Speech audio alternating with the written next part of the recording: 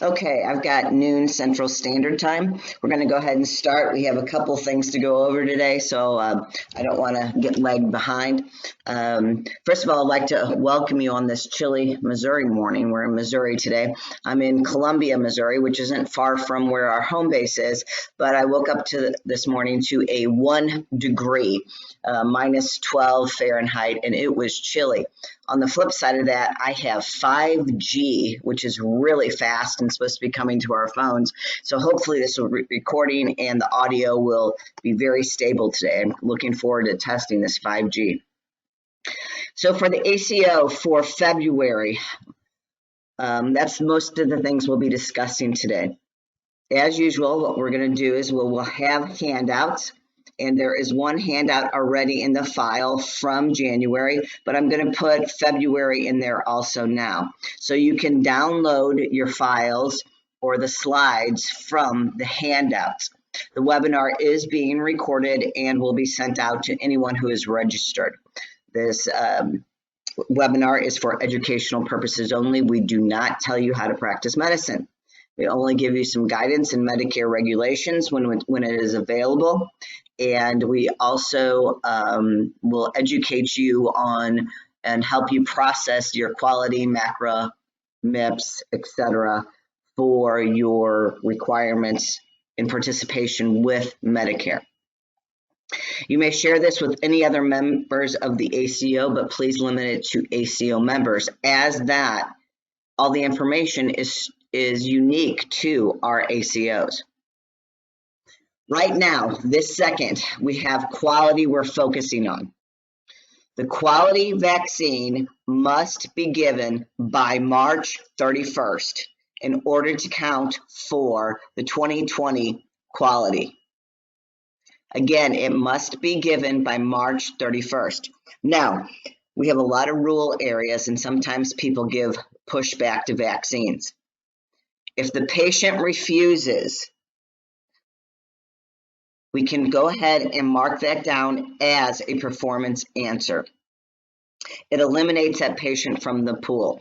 The flu vaccine is one of the only quality measures that the patient can self-eliminate from. You must record it within this time period, though. So we need to make sure that every single patient that comes in the office that we're asking about the flu shot, make sure if they are refusing it, it's recorded in your EMR. If there's any care managers on this particular call today, again, every single patient, ask them about the flu vaccine for this year. It must be recorded for 2020. The flu vaccine can be administered anywhere from October 1st to March 31st, October 1st, 2019 to March 31st. It does actually have a look back period. So if they were given it in August or September, that will still count. But it must be recorded, the date that it was given, and if the patient has refused, that the patient refused, and the date that they refused. So if you do not have a refusal and they do not have a vaccine and they're not getting one, put one in, make sure that that patient is asked. GPRO 2020, all the quality measures for 2020 are closing March 1st. We have a number of providers that are done and have done extremely, extremely well. They've worked very, very hard at it. We have a very good chance this year of having financial success in cost savings. We will not know about that success until July or August. But the quality measures feed right into that, remember. If you do not perform exceptionally well in the quality, the shared savings is discounted by the percentage that you do not do well. So it's a multiplier. If you only do 80%, you only get 80% of the shared savings. That's why I'm so thrilled to see so many people doing so well. We're encouraging the last few stragglers to put a couple of ribbons on their packages and get those packages in quick. There's a couple of requirements we want to go over for the 2020. The new posters are out. The new posters, we will be sending them to you shortly. If you do not have them, make sure and the 2020s have just recently come out, so you may not have them, but you must update the poster that's hung in the office. The HIPAA handouts. This is new this year. We have to put the HIPAA handouts on the counter. The HIPAA handouts say, hey, we're going to protect your patient information. We're going to work towards making sure that we enhance your quality of care. We're going to try to do value-based medicine, the care coordination, that type of thing. If you have not registered for the monthly meetings or you have people in your office who have not, please let us know and we'll resend you the link. When you register for one, you should be registering for them all, and they should, in theory, save on your calendar. Sometimes, as a matter of fact, just today I had somebody say it didn't show up on my calendar, but they knew that it was coming up. So make sure that, we remind people. We do try to remind people as they come out, though. Make sure that the quality measures for 2020 are in your EMR. If you were in the ACO for 2019, they will be in your EMR because it's the exact same quality measures. You just might want to check them, right? Here's what the poster looks like. Medicare poster. It looks a little bit different than last year because these are pre-printed up from Medicare, so it's more of a Medicare stock. You still fill in the blanks and print it out yourself and throw it out, put it on the wall or the bulletin board in the waiting room, but it looks more Medicare-ish, to tell you the truth. The HIPAA disclosure statement, same thing. It looks more Medicare-ish. It has a Medicare phone number on it even. I want to make sure that everyone has this particular template that's doing chronic care management. I see a lot of leaders on this particular meeting. If your care coordinators or care leaders were not on the meeting yesterday, make sure that this template is activated. CCM Time 2020, and here's what it looks like. The reason why this is significant is because if you bill for complex or non-complex care coordination, which is new codes, in one, you must have a care plan, and in the other, you do not. So we want to make sure if you're hitting those 60-minute marks that we know whether it's a complex or non-complex. If you are a rural health clinic or a FQHC, this does not apply to you. Okay, let me repeat that.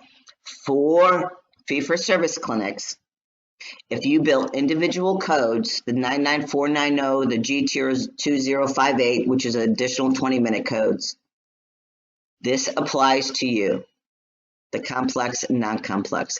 If you are a rural health clinic and you have the one code, the G0511, this does not apply to you, but you can use the same template. You just don't have to do that, right? You can just put your time in. Since we're doing well in quality overall, this year is our only focus, or our primary focus, is going to be on cost savings. Again, I said that we did very much better last year, but this year we're going to really, really hone in. One of the things that we need to look at for cost savings is HCC scores. When you open your dashboard, log in, the population stats hit you in the face. It shows what your average HCC score was for 18 and 19.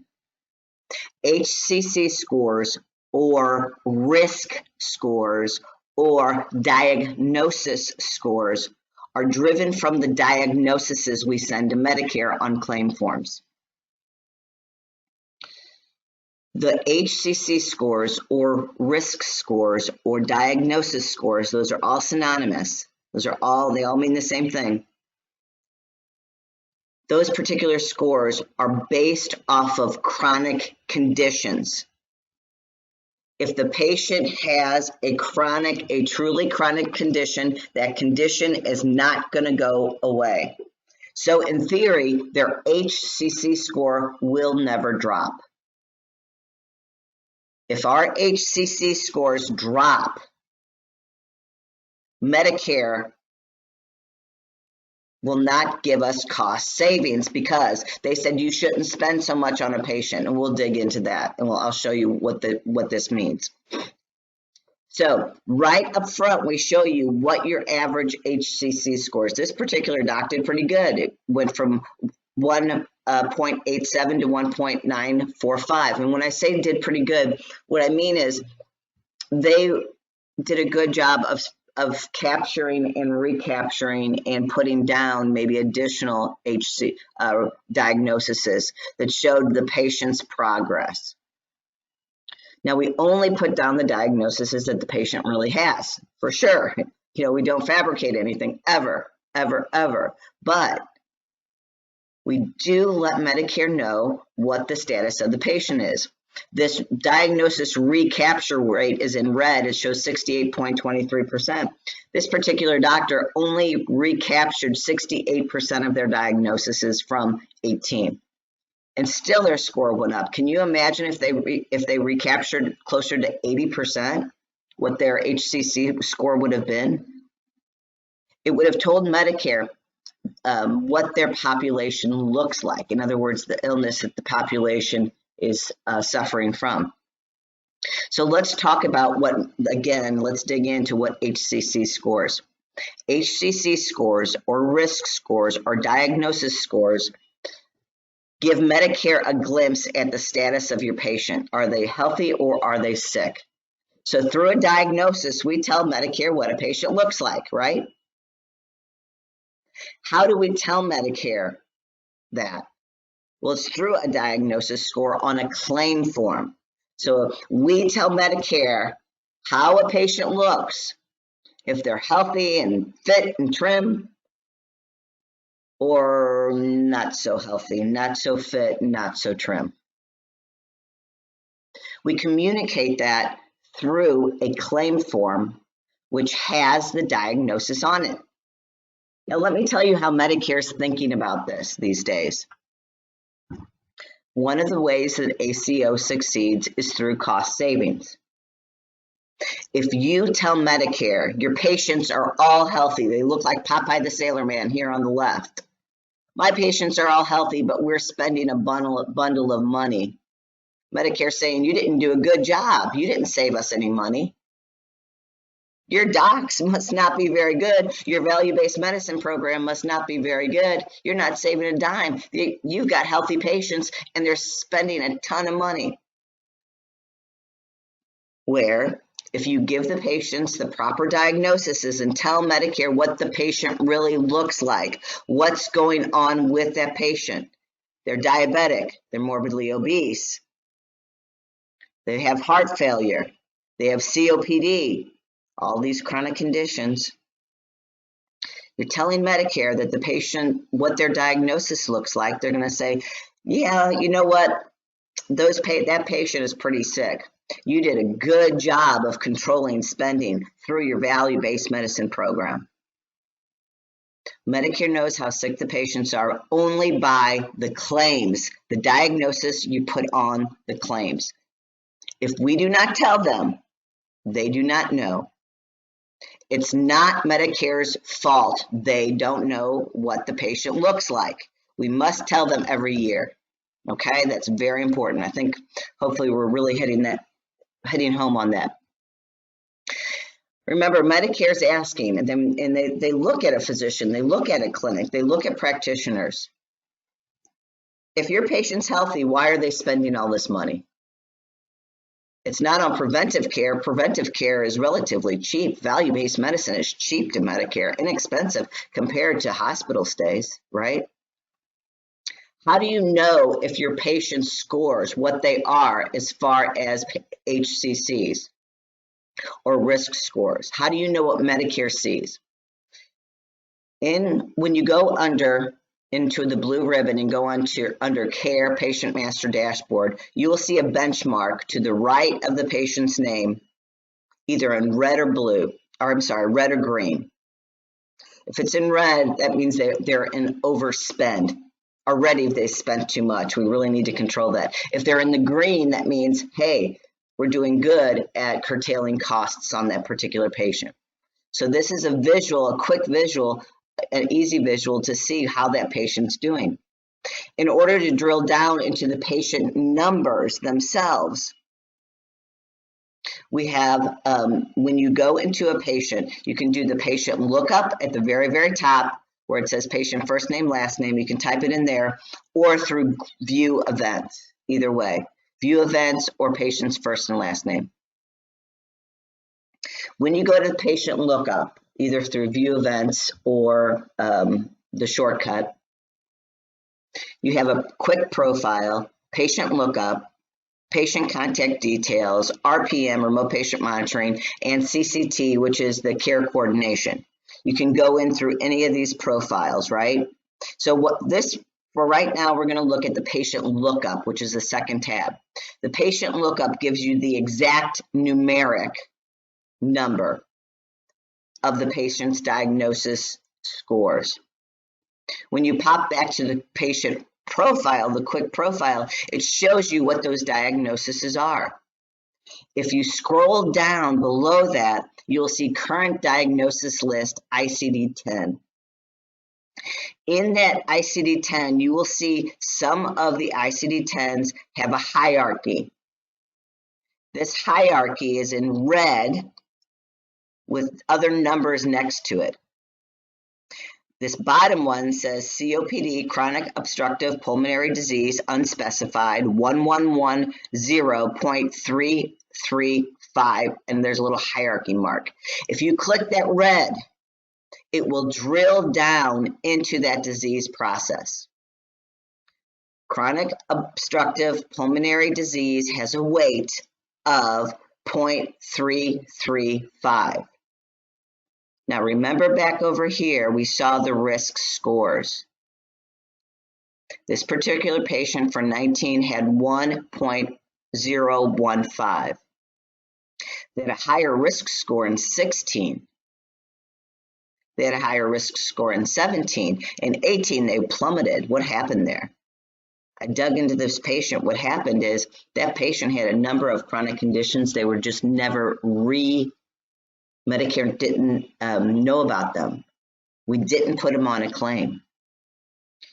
So once again, under the quick profile, you can drill into these different components under diagnosis list. Not everyone has additional drill downs.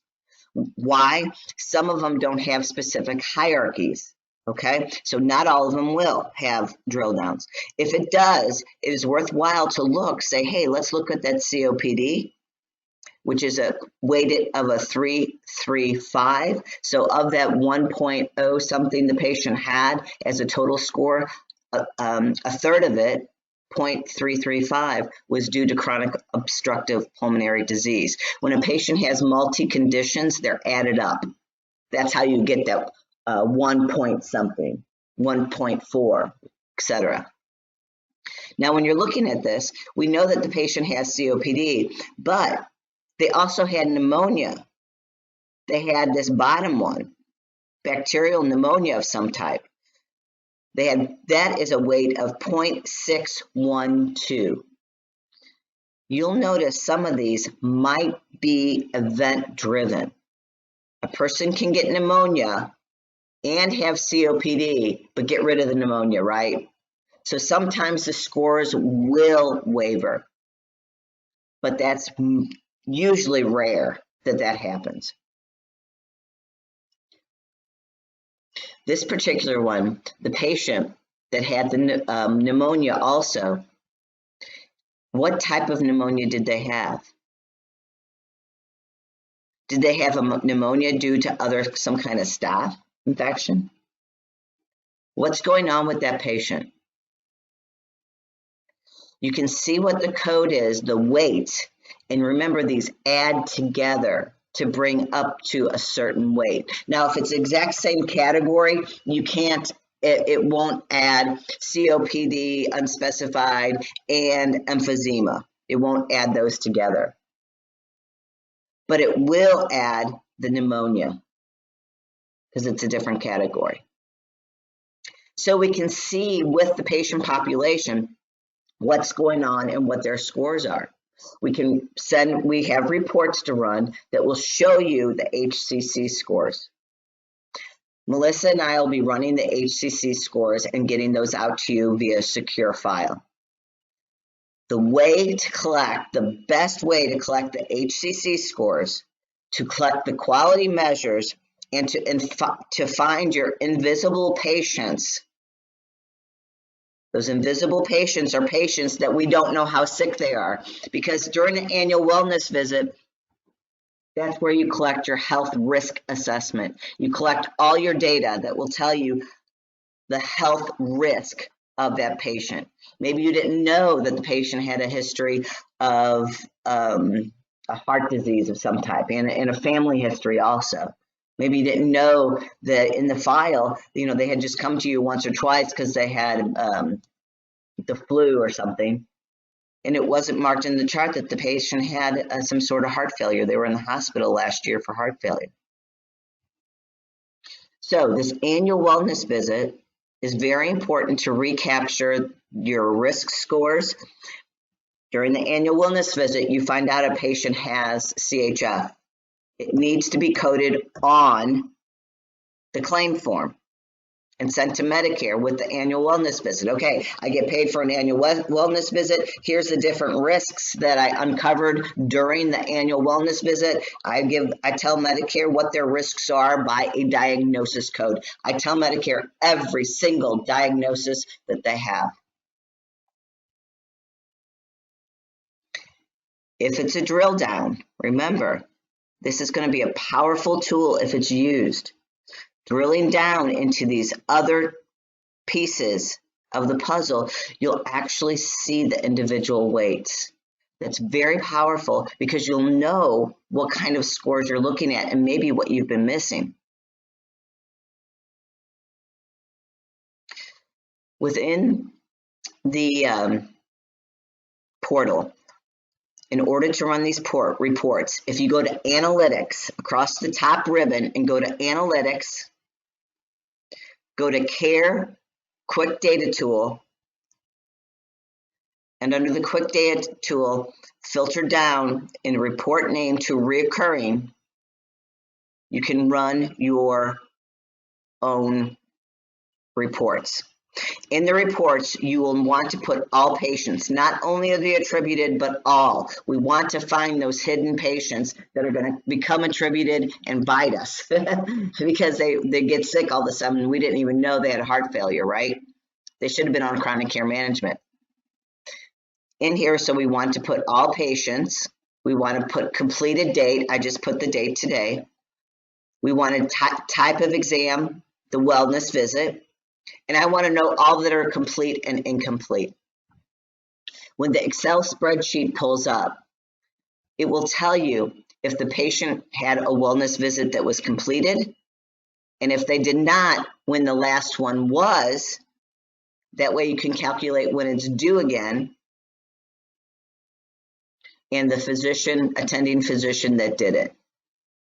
So if you're not the attending for the last one, you can still do it. You know the date that it needs to be done even. So that's a pretty powerful tool also. All right, so if you have any questions, I think I probably got a little lengthy here. Oh no, we're still good on time. If you have any questions, be sure to reach out to Melissa or myself. The easiest way, honestly, is to text. The reason why I ask you to text is because both Melissa and I travel a lot, working with our cohorts and our different types of clinics. And when we do travel, it is difficult sometimes in these rural areas to pick up an email. For some reason, I get text messages. I don't care if I'm on a hill or in the valley, I'll seem to get a text message, but that email doesn't come through as easily. So with that being said, I want to thank everyone. Stay warm, stay safe. And if there's anything we can do for you, let us know. We'll be sending out reports for your HCC scores along with closing up on the G Pro this week. Thank you.